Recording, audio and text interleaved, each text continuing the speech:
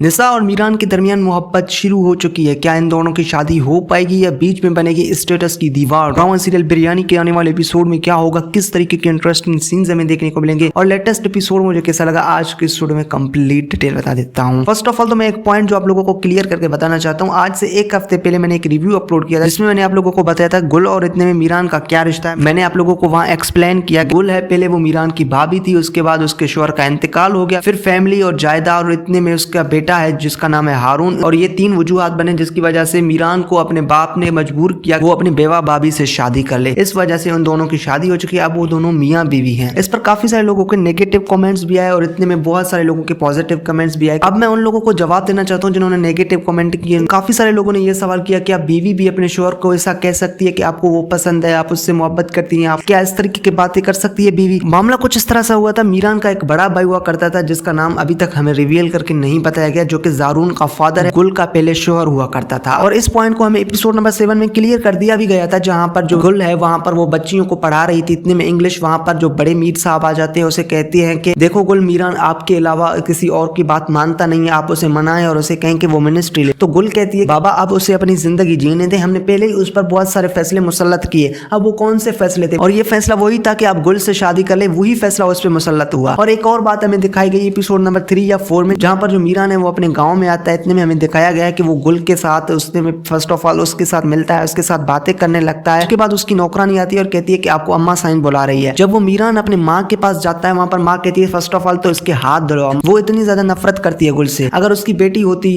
तो भाई क्यों नफरत करती? इस वजह से नफरत करती है क्योंकि उसकी जो छोटा बेटा है उसकी भी जिंदगी इसकी वजह से तबाह हो गई है। फिर उसके बाद उसके साथ हाथ धुलाती है, उसके बाद फिर उसे टच करती है। इतनी नफरत बहू और सास में हो सकती है, माँ और बेटी में नहीं हो सकती। अब वो सीन तो मैं आप लोगों को नहीं दिखा सकता क्योंकि कॉपीराइट का इशू हो सकता है। आई होप कि आप लोगों के पॉइंट्स क्लियर होंगे, जो आप लोगों के ज़हन में कुछ बातें, सारी बातें आप लोगों की क्लियर हो गई होंगे। अब मेन स्टोरी की तरफ चलते हैं। फर्स्ट ऑफ ऑल तो गुल समझ चुकी है कि इतने में मीरान है वो मोहब्बत करने लगा है निसा से। निसा के बगैर वो रह नहीं सकता। वो उसे समझाती भी है कि आप उसे अवॉइड कर रहे हैं, आप दिल से तो उससे मोहब्बत करती है। और दूसरी तरफ हमें यह भी दिखाया गया है कि जो निसा है उसके दिल में भी मीरान के लिए मोहब्बत पैदा हो चुकी है। वो भी उसके डिस्पोजल्स अपने बैग में रखती है। उसके प्रेजेंटेशन में मीरान नहीं आता तो वो बेचैन सी हो जाती है। मतलब उन दोनों को आपस में मोहब्बत होती है। अब मीरान से निसा मोहब्बत करती है, इसके बारे में निसा की फ्रेंड मीरान को बता देती है कि निसा आपके साथ मोहब्बत करती है और इसलिए वो आपसे अवॉइड करती है। अब मीरान भी समझ चुका है। फिर हमें दिखाया गया कि जहां पर मीरान और निसा कहीं जा रहे होते हैं और आप लोगों को दिखाया जाएगा कि जो हमारा मीरान है वो कहता है कि मैं आपकी वजह से यहाँ यूनिवर्सिटी में पढ़ रहा हूँ, आपकी वजह से इतनी खवारियां काट रहा हूँ, आपकी वजह से मैंने बाइक पे पैर रखा, आपकी वजह से मैंने बाइक चलानी सीखी। मतलब जो कुछ समझता हूँ मैं आपको अपना समझ, मैं आपसे मोहब्बत करने लगा हूँ, आप मेरे से शादी कर ले। तो आप लोगों को दिखाया जाएगा कि जो हमारी निसा है वो अपने दिल को समझाने लगती है और उसे कहती है कि भाई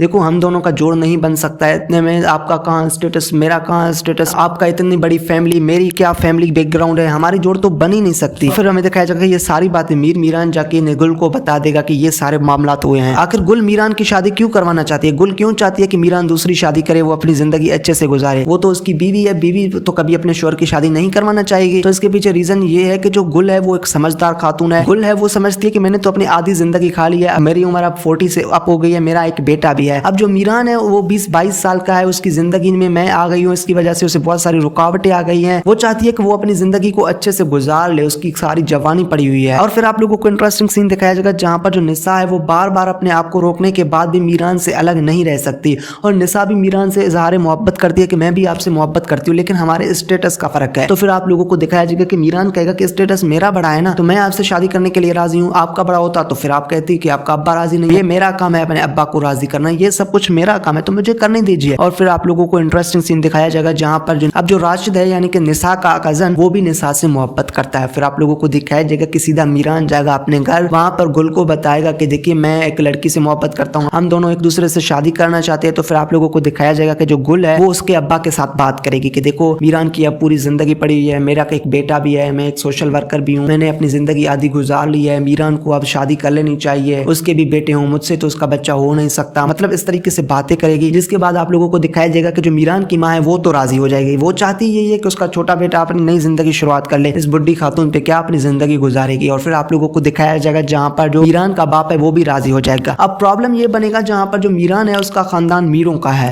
मीर और सैयद सिंध में यही चाहते हैं कि उनके खानदान में किसी और का खून ना आए। तो वो कैसे राजी होंगे एक किसी और खातून के साथ जो कि पता नहीं किस कबीले से बिलोंग करती है, हमें ये भी नहीं दिखाया गया। मतलब ये सिंधी है, वो कोई और कौम है मुहाजिर, तो इन दोनों की शादी कैसे हो सकती है? अब ये बात भी बीच में प्रॉब्लम डाल सकती है। तो फिर आप लोगों को दिखाई देगा इस सब चीजों को भी हमारी गुल है वो अच्छे से हैंडल कर लेगी। मीरान का जिद भी होगा, इतने में उसका अब्बा कहेगा कि मैं एक बात पे शादी आपकी करने के लिए तैयार हूँ, और वो बात ये है कि मीरान एक मिनिस्ट्री लेगा। तो आप लोगों को दिखाया जाएगा कि मीरान मिनिस्ट्री लेने के लिए या वजारत लेने के लिए राजी हो जाएगा। फिर इसके माँ इसके बाप दोनों चलेंगे रिश्ता लेने के लिए निसा के घर। जब वो निसा के घर जाएंगे, इतनी ज्यादा बड़ी गाड़ियां, इतने बड़े लोग आए तो उन्हें ना करने का कोई मौका नहीं मिलेगा, और राशिद अंदर ही अंदर में जलेगा। राशिद तो यही चाहता है कि निसा की शादी उससे हो, लेकिन मीरान ने पसंद कर लिया। इतने बड़े घर का रिश्ता आया तो उसकी खाला और उसके मामू ने ना नहीं किया और उन दोनों का रिश्ता तय कर दिया। और चंद ही दिनों के बाद आप लोगों को यह भी दिखाया गया कि मीरान की शादी भी हो गई निसा के साथ। अब शादी के बाद आप लोगों को दिखाए जाएंगे बड़े रुकावटें। मीरान मतलब मीरों का बड़ा खानदान, बड़ा नाम, बड़ा ऊंचा, उनके कुछ रूल कायदे कानून अलग होते हैं। निसा एक ऐसी खातून जो अपनी जिंदगी को अच्छे से गुजार रही थी, यूनिवर्सिटी जा रही थी, यूनिवर्सिटी आ रही थी, इतने में मतलब किसी से भी बातें कर रही तो किसी को कोई प्रॉब्लम नहीं था। लेकिन मीरों की घरों की बहू या बेटी किसी और के साथ बात भी नहीं कर सकती, हमेशा घर में पड़ी रहती है। इतने में आप लोगों को दिखाया जाएगा कि जो हमारा मीरान है वो जब उसे अपने घर हवेली में लेके आएगा और निसा को यहाँ प्रॉब्लम्स होंगे पेश। इतने में आप लोगों को दिखाया जाएगा कि निसा यहाँ तंग होगी और कहेगी कि मुझे वही जिंदगी चाहिए जो मैं पहले गुजारती थी। और फिर आगे जाके आप लोगों को यह भी दिखाया जाएगा कि जो निसा के सामने ये बात भी आ जाएगी कि जो गुल है वो मीरान की बीवी है, मतलब मीरान पहले से ही शादीशुदा है। तो एक बात जो इस ड्रामे में मुझे बड़ी अच्छी दिखाई गई है वो ये कि जो सिंधियों का कल्चर है वो दिखाया गया है हमें। और दूसरी बात ये है कि ये ड्रामा कोई डंडा वाला सीन नहीं है जो कि बॉलीवुड वाले होते हैं, नॉनसेंस ड्रामे। इसमें कॉमेडी के साथ साथ रोमांस भी है ड्रामे में, मतलब सब कुछ अच्छा है, सब कुछ मतलब अच्छा है। डायरेक्शन, स्टोरी, प्रोडक्शन, एक्टर्स की एक्टिंग, सब कुछ कमाल और फिनोमिनल सा है। सो बिरयानी ड्रामा अच्छा है, टीआरपी भी अच्छी ले रहा है, व्यूज भी अच्छी ले रहा है, 1-2 मिलियन व्यूज ले रहा है। उम्मीद करता हूँ आप लोगों को वीडियो पसंद आई होगी। अगर वीडियो पसंद आई है तो वीडियो को लाइक करना, चैनल को अभी से सब्सक्राइब कर दे। मिलते हैं अगले किसी नई और इंटरेस्टिंग वीडियो में, तब तक के लिए अल्लाह।